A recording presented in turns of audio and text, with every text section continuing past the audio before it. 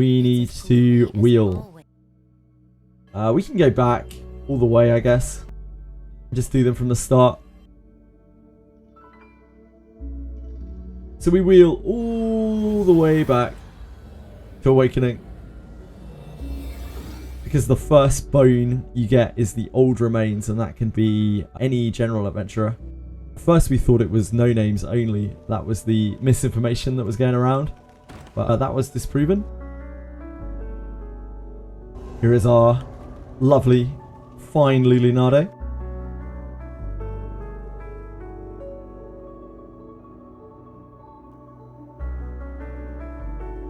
So right here,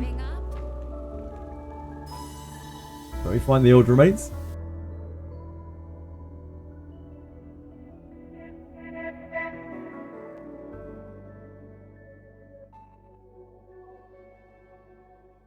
Lulinado can actually spawn in several different places here. She can spawn like over here, all the way over to the right. She can also spawn down there, and she can even spawn all the way over there. It isn't static at all.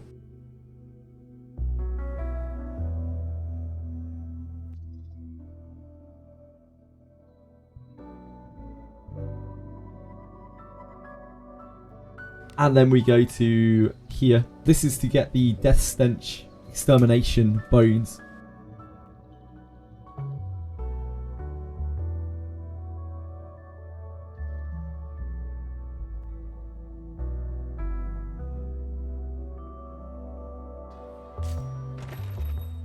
Welcome to the Guild Tavern. Anything catch your fancy? Death Stench Extermination.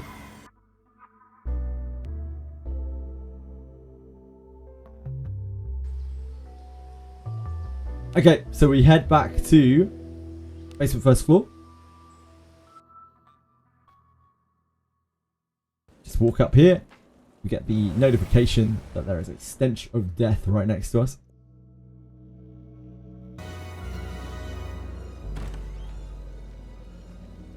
And in here, there's a pile of corpses. You can choose which bones that you want to receive, basically. There are arguments for just about everything here. Although Mage is probably the weakest.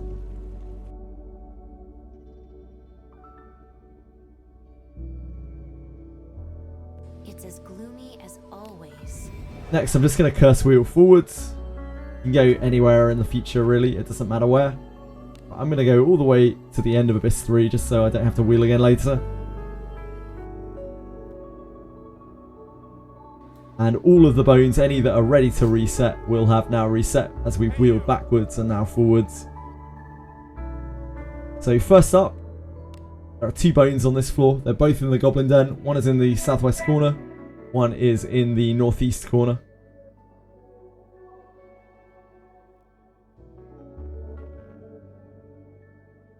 The first one is down here. You can see them on the map as well, but it spawns in this square. You'll be able to see it. The other one is up in the top right hand corner.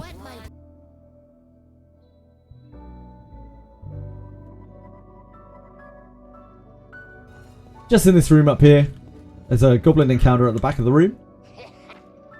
Doesn't really matter what you ask here. You might not have this option if you are newer to the game, because you need to have done a few things before you can get that. You need to have fought them once before.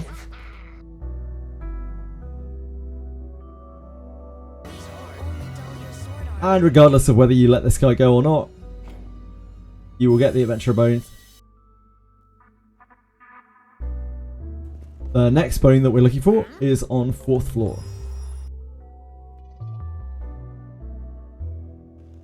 This one is a little complicated because it looks very different when it's spawned and when it doesn't. So this is through here. There is a plant thing blocking it. The only way to get rid of that is to interact with this rock. That will rejig the makeup of the map, and you will see 2 little alcoves here. One has a pit trap, as you can see. When these chests are spawned, there's a chest here and a chest here. You always want to pick this chest. This chest is the one that has the bones in. This one has some kind of random junk in, and when you take one of these, that's why the pit trap appears in the other. It will swallow up the other chest. So always take this bone. It will spawn in this square. The next bone is going to be 5th floor. This one spawns down here across this poison patch.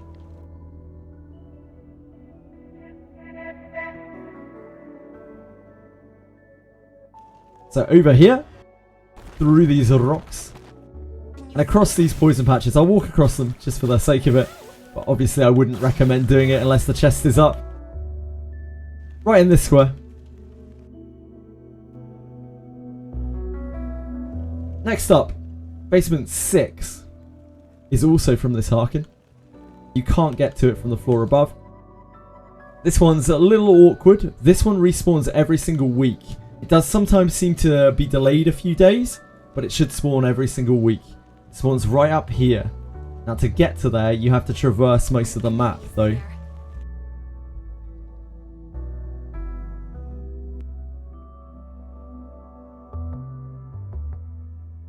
So first here is east, then north. Ideally here you want to not walk across the corpse because the corpse locks you in an annoying dialogue. And then west. And that takes us to the area where you can pick up this chest. Again, this one spawns every single week, but it may be a few days off. I don't know what the reason for that is. One day we'll know. We'll probably never know. Careful now. Good job. There's our boat. From here, the easiest way out is to just run out through here. And then path back to floor 5.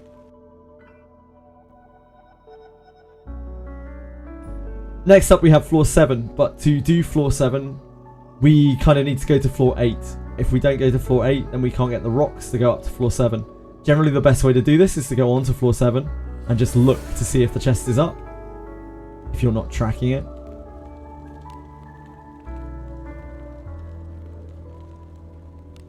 So, go to floor 8. There's also a respawning bone on this level. And it is indeed up. So this left chest here is your monthly bone. Careful now. Good job. That is also a mimic. So there's a mimic secretion there. On the right side here, this is also worth picking up. This respawns every 2 or 3 days. And there are 3 nourishing drafts in here. So well worth picking up. On basement 7, we are going to need to activate 2 rocks. It's going to be this one, which is the one right next to us, and the one on the east side. These are the only 2 you need to activate to complete this process.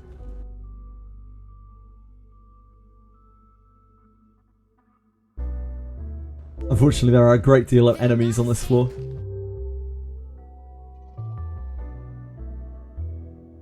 This rock back here. We don't need the other rocks because we can just go back to the start of basement 7 through the teleporter.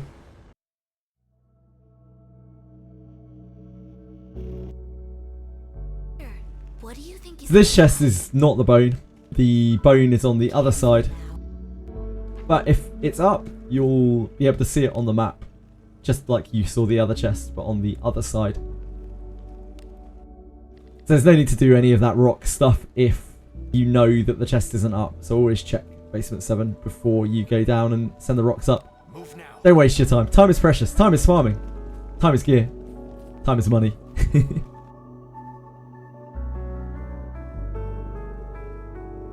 The next one is over in Abyss 2. You just need to go to Pier. You run down these stairs. Try to avoid the corpses because it takes time. No, and ours is not up yet. Spawns over here. And finally there is one more. This one is a real pain. A bit of a doozy. This one is in Guarda. you need to go to Zone 4, and you need to have already activated the basement of Guarda, which means you'll probably have done everything in Guarda. You'll need to access the area with Morgus in it, which means you'll have this sewer open. Now, this one is a major pain in the ass, because not only are these enemies annoying, there are so many of them. And you also have to do a little dance with the candles to be able to activate the door. I'm just going to clear it through. I'll show off the door so you can see why you have to activate the candles in a certain order. And then we'll come back and do them.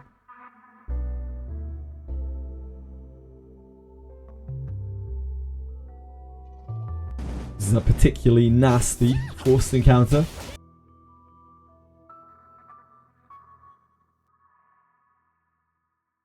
You really don't want to walk into this. That is a very bad encounter.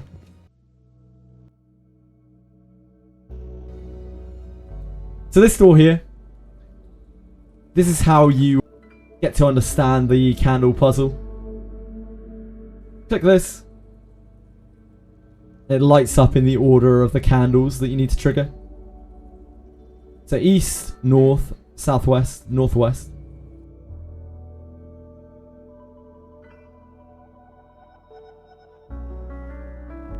So this is the first candle here, the eastmost candle.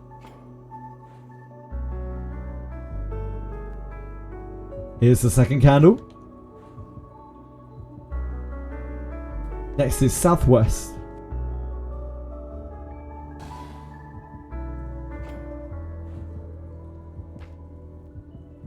And finally, we go back to the northwest candle. That's going to activate the door. It's going to open it up for us. Allow us to plunder the loot inside, which does include a monthly respawning boat.